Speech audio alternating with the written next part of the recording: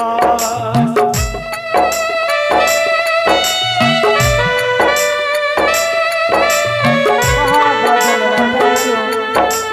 बाबा जंगी बैठल के बेटी भैया तोहरे पास। चंदा जैसन गलत तो आप गए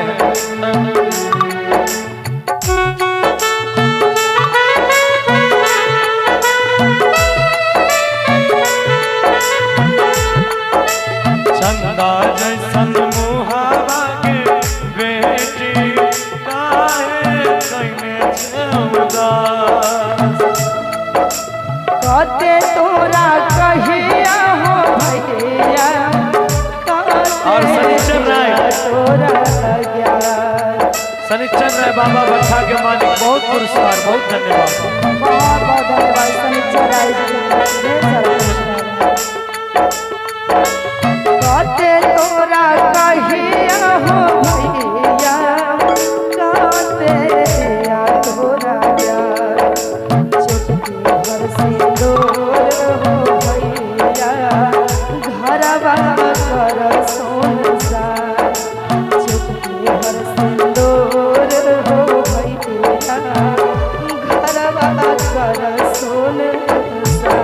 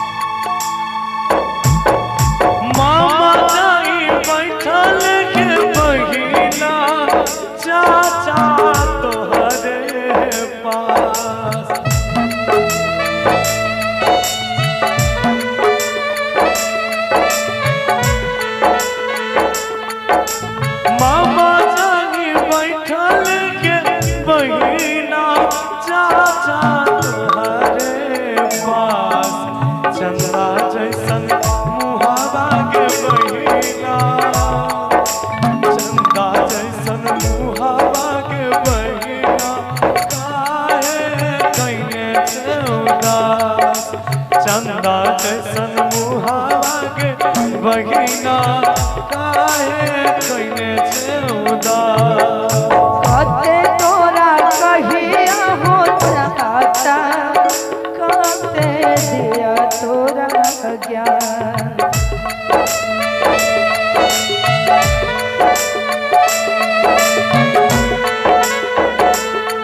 कहते तोरा कहिया हो चाचा कहते दिया तोरा ज्ञान।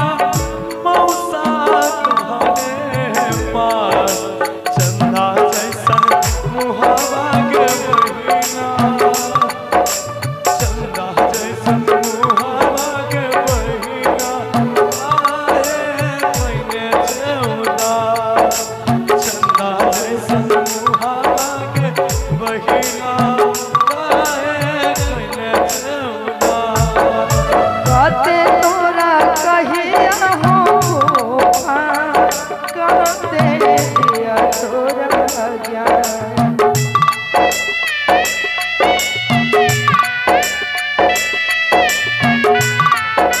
हो कहते तोरा कहिया हो मौसा कहते दिया तोरा ज्ञान अब नाही खिलेगा हो मौसा ओठवा पर मुस्कान चंदा जैसन मुहावा के बेटी काहे कइले उदास अब नाही खिलेगा हो मौसा ओठवा पर मुस्कान